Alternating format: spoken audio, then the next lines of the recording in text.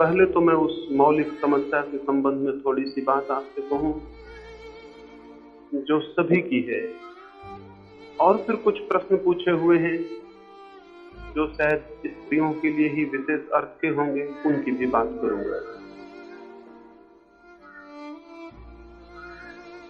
मनुष्य के जीवन में इतनी घनीभूत अशांति है, इतनी पीड़ा है, इतना दुख है कि जो लोग भी विचार करते हैं उन्हें ये अनुभव होगा, जीवन की व्यर्थता का अनुभव होगा। ज्ञात होगा कि जैसे जीवन में कोई अर्थ नहीं। हम जीते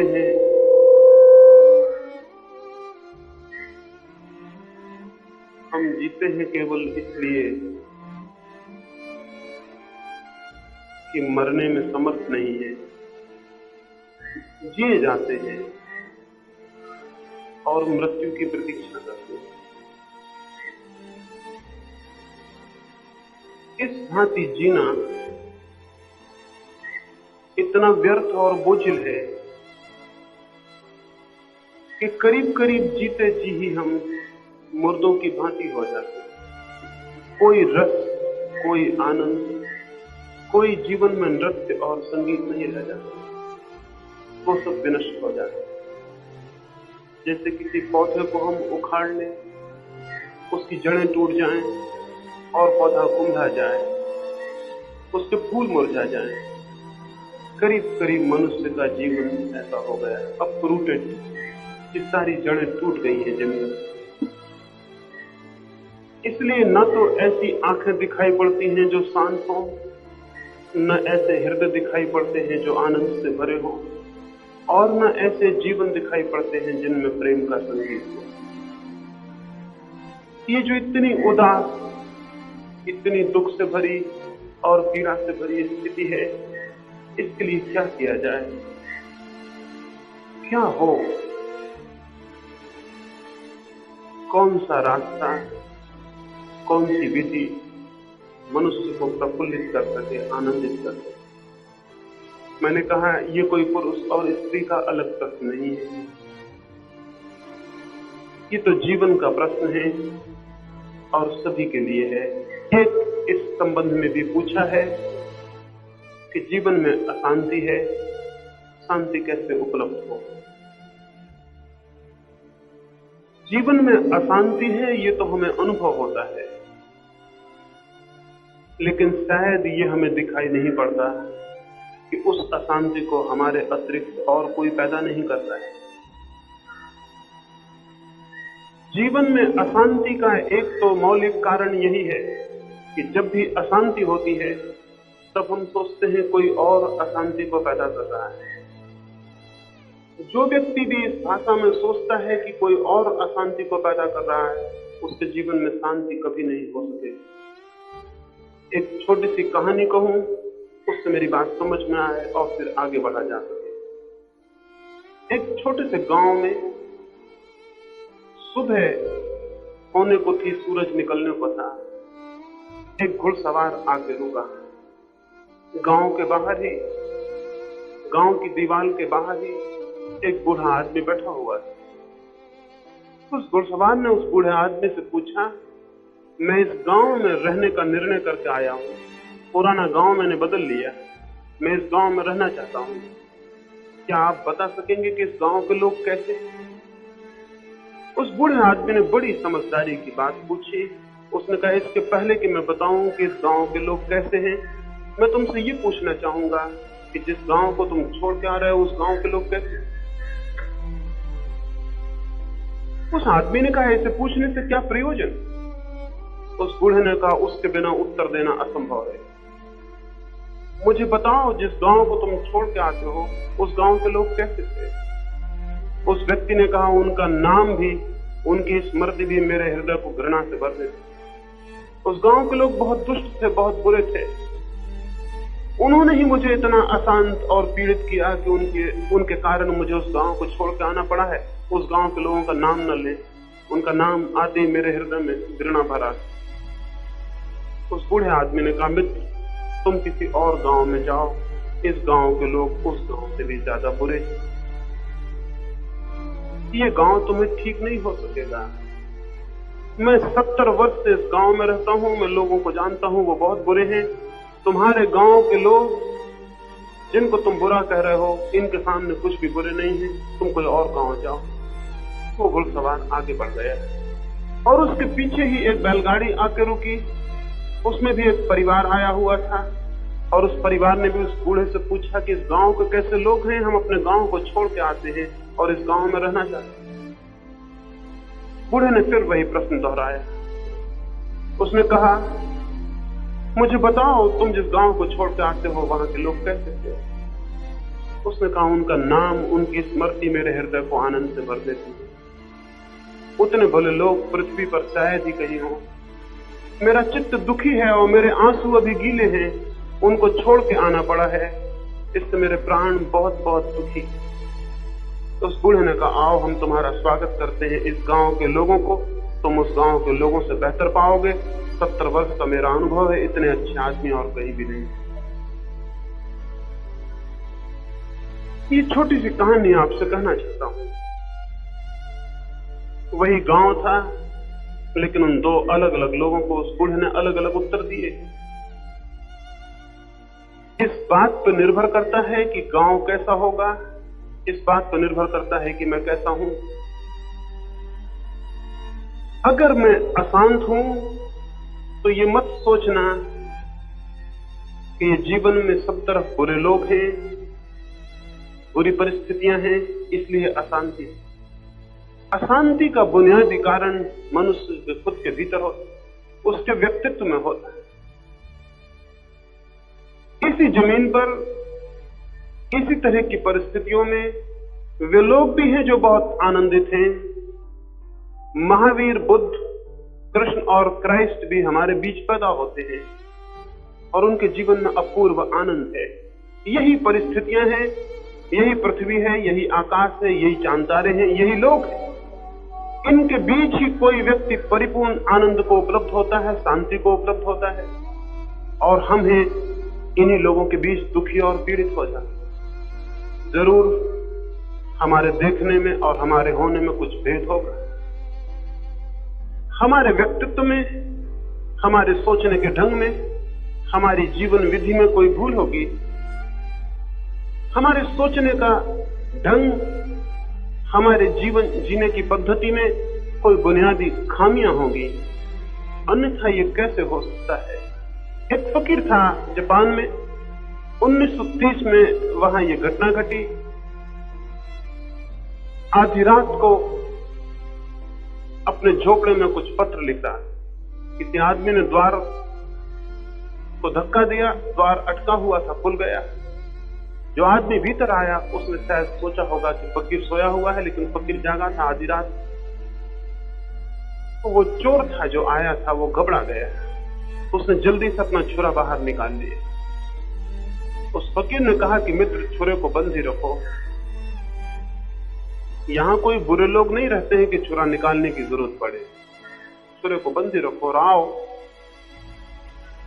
कैसे इतनी रात को आना हुआ? तो चोर बहुत घबरा गया। उसने कहा, आप पूछते ही हैं तो मैं कह दूं, मैं तो चोर हूं और चोरी करने के विचार से आया हूं। उस फकीर की आंखों में आंसू आ गए। उस चोर ने पूछा, क्या हुआ, आप रोते क्यों हैं? उस फकीर ने कहा, इसलिए रोता हूं, तुम कितनी पीड़ा में और दुख में नहीं हो गए कि तुम चोरी करने को तैयार हो, और तुम कितनी मजबूरी में नहीं हो गए कि आधी रात को गांव को छोड़कर एक फकीर के झोपड़े में चोरी करने आए। तुम्हारी स्थिति मेरे मन में बहुत दुख और पीड़ा पैदा करती है, और इस कारण भी मैं दुखी हूं कि मेरे पास ज्यादा भी नहीं है, कोई 10-5 रुपए पड़े हैं, तो तुम उन्हें निकाल लो और ले जाओ। सामने के ताक पर से उसने रुपए उठाए। जब वो जाने को हुआ तो उस फकीर ने कहा, कृपा करो, कम से कम 1 रुपया वापस छोड़ दो, सुबह मुझे जरूरत पड़ सकती है। उसने 1 रुपया छोड़ा और वो चोर बाहर निकला। बाहर निकलते वक्त फकीर ने फिर उससे कहा, एक काम और करो, कम से कम मुझे धन्यवाद तो देते जाओ। उस चोर ने घबराहट में धन्यवाद दिया और चला गया। वर्ष भर बाद वो पकड़ गया। अदालत में मुकदमा था और भी बहुत चोरियां थी। इस चोरी का भी अदालत को पता चल गया तो उस फकीर को अदालत में जाना पड़ा। चोर घबराया हुआ था और सारे लोगों की गवाहियों का उतना मूल्य नहीं, लेकिन अगर फकीर कह देगा कि ये चोरी करने आया, उस फकीर की बड़ी प्रतिष्ठा थी, सैकड़ों लोग उसको पूछते थे, उसकी बात को तो कोई गलत नहीं माने। बहुत डरा हुआ फकीर अदालत में गया। मजिस्ट्रेट ने पूछा कि क्या इस आदमी को आप पहचानते हैं? उस फकीर ने कहा, बहुत भली भांति, ये तो मेरे पुराने परिचित हैं और मित्र। चोर घबराया।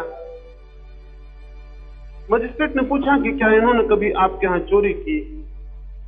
उस फकीर ने कहा कि नहीं, इन्होंने कभी मेरे यहां चोरी नहीं की। हाँ, एक बार मजबूरी में ये रात को मेरे घर आए थे तो मैंने इनको कुछ रुपए दिए थे और उनके बदले में इन्होंने धन्यवाद दे दिया था। बात वहीं समाप्त हो गई थी, चोरी का कोई सवाल नहीं। चोर तो बहुत हैरान हुआ। बाद में जब वो छूट गया तो उस फकीर के पास गया और उसने कहा, मैं बहुत हैरान हूं, एक चोर को भी आप चोर ना समझ पाए। उस फकीर ने क्या कहा? उस फकीर ने कहा, जिस दिन मेरे भीतर का चोर मर गया, उस दिन के बाद किसी को चोर समझना मुश्किल हो गया। हमारे व्यक्तित्व में जो नहीं है वो हमें ये सारी दुनिया नहीं दे सकती, और जो हमारे व्यक्तित्व में है उस सारी दुनिया की ताकत हमसे छीन भी नहीं सकती। अगर आप अशांत हैं तो इस बात को समझना, कोई और आपको अशांत नहीं कर रहा है, कोई और कारण नहीं है जो आपको अशांत कर रहे हो। आप अशांत हैं ये आपके व्यक्तित्व की किसी बुनियादी भूल के कारण। अगर ये बात ख्याल में ना आए तो हम परिस्थितियों को बदलने में, व्यक्तियों को बदलने में जीवन को गंवा देते हैं और स्वयं को बदलने की तरफ दृष्टि पैदा नहीं होती। अशांति है तो आप कारण हैं, शांति होगी तो आप कारण होंगे। किन बातों से अशांति पैदा होती है व्यक्तित्व में? जीवन के प्रति अंधकारपूर्ण दृष्टि से अशांति पैदा होती है, जीवन के प्रति आलोकपूर्ण दृष्टि से शांति पैदा होती है। क्या मेरा अर्थ है अंधकारपूर्ण दृष्टि? जीवन को देखने का ढंग, जीवन के प्रति नजर, एटीट्यूड 2 प्रकार के हो सकते हैं। मैं एक घर में मेहमान होता था। जब मैं जाता, उस घर के सारे परिवार के लोग मुझे बहुत प्रेम करते। उस घर की गृहिणी तो इतना प्रेम करती कि जब मैं उनके घर में जाता तो जिस दिन मैं जाता उसी दिन से वो रोना शुरू कर देती। मैं बहुत हैरान हुआ। मैंने पूछा कि ये रोना क्यों शुरू कर देती हो मेरे आने से? उसने कहा, जैसे आप आते हैं मुझे आपके जाने का डर और आप 2 दिन बाद चले जाएंगे, इसकी पीड़ा और इतना दुख मुझे होने लगता है कि जब तक आप रहते हैं मैं सिर्फ रोती रहती। एक और घर में मैं ठहरता था, कभी दिन को जाता, कभी 2 दिन को उनके घर रुकता। उस घर में भी जो परिवार था बहुत प्रेम करता। मैंने उनसे पूछा कि जब मैं आता हूं आप रोते हैं या नहीं? उस घर की गृहिणी ने मुझे कहा, जब आप होते हैं तब हम आनंदित होते हैं और जब आप चले जाते हैं तो फिर हम अत्यंत आनंद से आपके आने की प्रतीक्षा करते हैं। मैंने उनसे कहा, जब मैं आपके घर में नहीं रहता हूं तब? तो उसने कहा कि मैं प्रतीक्षा करती हूं आनंद से आपके पुनः आने की। जब आप होते हैं तब होने का आनंद, जब आप नहीं होते तब आने की प्रतीक्षा का प्रीतिपूर्ण आनंद। और एक घर में एक गृहिणी ने मुझे कहा कि जब आप नहीं होते हैं तो मैं दुखी होती हूँ, कब आप आएंगे, और जब आप आते हैं तो मैं दुखी रहती हूँ कि कहीं आप आजकल में आप चले ही जाएंगे। जीवन को देखने के 2 ढंग होते हैं। जो हमारे पास होता है उसमें आनंदित होना, और जो हमारे पास नहीं है उसके लिए दुखी होना। अगर आपके एक दांत में दर्द हो जाए तो ऐसा लगेगा कि मेरे ऊपर नरक टूट पड़ा है, और आप सोचेंगी कि अगर ये मेरा दांत का दर्द अलग हो जाए तो मुझे सब सुख मिल जाए। लेकिन जब दांत का दर्द दूर हो जाता है, आपको कौन सा सुख मिलता? और अभी आपका कोई भी दांत नहीं दुख रहा है, आपको कौन सा सुख? एक दांत का दर्द नरक में डाल देता है, 32 दांत में कोई भी नहीं दुख रहा है, लेकिन आप स्वर्ग में नहीं है। जो नहीं है, जिसका अभाव है, उससे तो हम दुखी और पीड़ित होते हैं, लेकिन जो है, जो उपलब्ध है, उससे हम आनंदित नहीं होते। तब तो जीवन एक दुख की लंबी कथा हो जाएगी। एक घर में मैं अभी कोई वर्ष हुआ गया, छोटा मकान था। वे बहुत दुखी थे और मुझसे कहे मकान बहुत छोटा है, अगली बार जब आप आएंगे तो हम बड़े मकान में चले गए होंगे। छोटे मकान से वे दुखी थे। मैंने कहा कि मैं जरूर अगली बार आऊंगा। अगली बार मैं गया, वे बड़े मकान में पहुंच गए थे, लेकिन मुझे कोई सुखी नहीं दिखाई पड़े। मैंने उनसे पूछा कि बड़े मकान में आ गए हो लेकिन सुखी नहीं मालूम पड़ गए। उन्होंने कहा मकान तो जरूर बड़ा है, पहले मकान से बड़ा है, लेकिन फिर भी एक फ्लैट है, और हम तो एक बंगले का विचार करते हैं। 5 साल के भीतर नया बंगला बना लेंगे, अलग दूर झाड़ियों के बीच में। मैंने उनसे कहा अगर मैं बचा और 5 साल के बाद भी आना संभव हुआ तो मैं आऊंगा। मैं ये देखने आऊंगा कि उस बंगले में भी आनंद मिलता है या नहीं। इतना मैंने उनसे कहा कि उस बंगले में भी आनंद नहीं मिलेगा, क्योंकि जिस व्यक्ति को जो उपलब्ध है, अगर वो उसमें आनंद खोजने में असमर्थ है, तो उसे जो भी उपलब्ध हो जाएगा उसमें भी वो आनंद खोजने में असमर्थ होगा। आनंद तो हमारी खोज पर निर्भर करता है। जो है, अगर हम उसमें आनंद खोजने में समर्थ हो जाएं, तो जो भी हमारे पास होगा हम उसमें भी आनंद खोजने में समर्थ होंगे। और अगर हमारे जीवन की दृष्टि जो भी है उसमें दुख खोजती हो, तो फिर जो भी हमारे पास होगा हम उसमें दुख खोजते चले जाएंगे। ऐसे जीवन दुख की एक कथा हो जाती है और प्राणों में अशांति गिर जाती है। अशांत होने का अर्थ है हमने जीवन के अंधकारपूर्ण पहलू को पकड़ना सीखा है। हमने जीवन के प्रकाशपूर्ण पहलू को पकड़ना और पहचानना नहीं सीखा। एक और छोटी कहानी कहूं इस ख्याल से कि आप में से बहुत लोग नए होंगे, उनको मेरी बात ठीक से समझ में आए। 2 साधु एक दिन सांझ को अपने झोपड़े पर वापस लौटे। वर्षा के दिन आने को थे, आकाश में बादल गिर गए थे, जोर के तूफान उठे हुए थे, हवाएं जोर से बह रही थीं और बादलों के आगमन की प्रतीक्षा थी। वर्षा के दिन आने को थे। वे दोनों सांझ को अपने झोपड़े पर लौटे, गांव के बाहर नदी के पास। पहला साधु जैसे ही अपने झोपड़े को देखा हैरान हो गया। हवाओं ने आधे झोपड़े को उड़ा दिया, आधे झोपड़े का छप्पर टूटा हुआ गिरा हुआ दूर पड़ा। गरीब का झोपड़ा था, कोई बड़ी ताकत का झोपड़ा नहीं था, लकड़ी बांस से बना हुआ था, आधा झोपड़ा उड़ गया। वो फकीर बोला इन्हीं बातों से तो परमात्मा पर शक आ जाए। इतना बड़ा गांव है, इतने बड़े मकान हैं, उनमें से तो किसी का मकान नहीं टूटा है। इस गरीब साधुओं के मकान को भगवान ने तोड़ दिया। किसी से शक पैदा हो जाता है कि भगवान है भी या नहीं। पापियों के बड़े मकान खड़े हो जाते हैं, और हम जो निरंतर प्रार्थना में समय बिता रहे हैं उनका आधा झोपड़ा खराब हो गया। अब वर्षा में क्या हो? वो ये कह ही रहा था, अपने मन में सोच ही रहा था कि पीछे दूसरा फकीर भी उसके साथ ही रहता था, वो भी आया।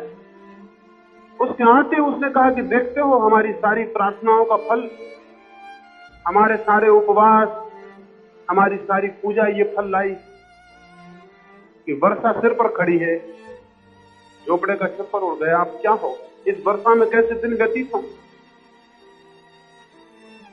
लेकिन वो दूसरा फकीर झोपड़े को देखते जैसे किसी आनंद से भर गया और नाचने लगा।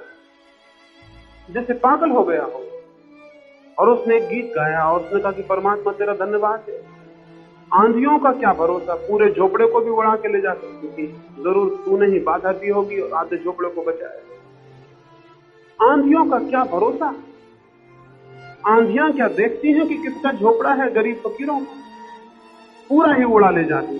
जरूर तूने ही बाधा दी होगी, जरूर तूने ही रोका होगा, तब तो आधा रुक गया। और आधा तो काफी है, आधा तो बहुत। वो झोपड़े के भीतर गया और रात उसने एक गीत लिखा और उस गीत में उसने लिखा कि हमें तो पता ही नहीं था कि आधे छप्पड़ में इतना आनंद हो सकता, नहीं तो हम खुद ही पहले आधा अलग कर देते।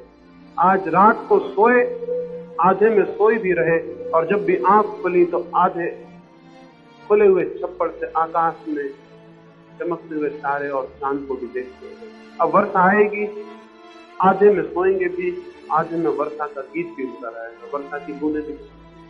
हमें पता होता काश तो हम खुद ही आधा आधा कर देते। भगवान तूने वक्त पर ठीक की। उस रात में दोनों उस झोपड़े में सोए। पहला फकीर बहुत दुखी सोया, बहुत परेशान सोया, रात नींद नहीं ले सका क्योंकि शिकायत उसके मन में आ गई थी और जो हुआ था उससे वो दुखी हो गया। वो रात भर अशांत था। दूसरा फकीर बहुत गहरी नींद में सोया, उसके मन में परमात्मा के लिए धन्यवाद, ग्रेटिट्यूड, कृतज्ञता उसने बचाया। उस सुबह आनंदित उठा। घटना एक ही थी, देखने वाले आदमी दो, परिस्थिति एक ही थी, देखने की दृष्टियां दो। कौन सी दृष्टि आपकी है इस पर विचार करना। अगर पहले वाले साधु की दृष्टि है तो चित्त अशांत हो, अगर दूसरे वाले साधु की दृष्टि है तो जीवन में बहुत आनंद, बहुत बहुत आनंद, जीवन में बहुत कृतज्ञ होने जैसा है। इस संबंध में इतना ही आपसे कहना है कि ये विचार करना कि आपकी दृष्टि कौन सी है। अगर पहले वाले साधु की दृष्टि हो तो इस जीवन में आपको नरक के सिवाय और कुछ भी उपलब्ध नहीं होगा। और उसका दोष जीवन को मत देना कि जीवन बुरा था। स्मरण रखना कि उसकी सारी की सारी बात जीवन के बुरे होने की ना थी, दृष्टि के गलत हो गई। और अगर आपकी दृष्टि दूसरे साधु की हो तो इस जीवन में बहुत है। इस जीवन के पत्ते पत्ते में संगीत है और कण कण में एक अद्भुत रहस्य है। लेकिन अगर दृष्टि हो तो दिखाई पड़ना शुरू होता है। छोटे छोटे प्रेम में बहुत प्रार्थनाएं हैं, छोटे छोटे जीवन के संबंधों में बहुत आनंद है, लेकिन केवल उनको दिखाई पड़ेगा जो देखने में समर्थ हो, उनको नहीं जो आंख बंद किए बैठे रहते। इस प्रश्न के उत्तर में जो पूछा है, अशांत से शांत कैसे हो, ये मैं कहना चाहता हूँ। विचार करना, देखना कि किस तरह से जीवन को देखने का आपका ढंग है, और ये आपके हाथ में है। अगर ये दिखाई पड़ जाए कि जीवन को देखने का ढंग मेरा गलत है और मैं अपने हाथ से अशांति के बीज बोए चला जाता हूँ, और मैं अपने हाथ से जहाँ फूल भी हैं और कांटे भी हैं वहां केवल कांटों को ही देखता हूँ, फूलों को नहीं, फिर कौन क्या करेगा। अगर ये ख्याल आ जाए तो जीवन को बदलना आपके हाथ में है, क्योंकि कोई भी मनुष्य दुखी नहीं होना चाहिए। कौन दुखी होना चाहिए? कोई भी दुखी नहीं होना चाहिए।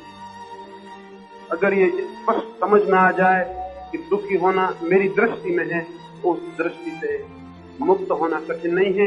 ये बोध आते ही कि मेरी दृष्टि गलत है, जीवन में परिवर्तन शुरू हो जाए। ये बोध आते हैं कि अशांति के कारण मेरे देखने में छिपे हैं, देखने का ढंग बदलना शुरू हो जाए। कुछ और करने की जरूरत नहीं, ठीक रूप से सत्य के प्रति जाग जाना जरूरी है। मेरी अशांति मेरे जीवन दृष्टिकोण में, जब तक दूसरों में हम अशांति के कारण खोजते रहेंगे, एक पत्नी खोजती रहेगी कि उसके पति के कारण वो अशांत है, वो गलती में। एक माँ सोचती रहेगी अपने बच्चों के कारण अशांत है, वो गलती में। एक बहन सोचती रहे कि वो अपने संबंधियों के कारण अशांत है, वो गलती में। जो भी ये सोचता हो कि मैं किसी और के कारण अशांत है, वो एकदम गलत है। और इस भांति सोचने से उसके जीवन में कभी शांति संभव नहीं होती। ये सोचना ही अशांति को जन्म देता है। सोचने का ढंग बदलना जरूरी है। वो तभी बदल सकता है जब हम अपने व्यक्तित्व का ठीक से विश्लेषण करें, ठीक से अपने व्यक्तित्व को सोचें और समझें और देखें कि मेरे नजर में, मेरी दृष्टि में कहीं भूल तो नहीं है, कहीं बुनियादी भूल तो नहीं है। और मैं समझता हूं कि हम में से प्रत्येक के पास इतनी समझ होती है कि अगर हम उसका उपयोग करें तो अपनी दृष्टि की भूल को देख पा सकते हैं। और वो देख ली जाए, उसका दर्शन हो जाए, तो जीवन में क्रांति होनी शुरू हो जाती है। वही होंगे दिन, वही होंगी रातें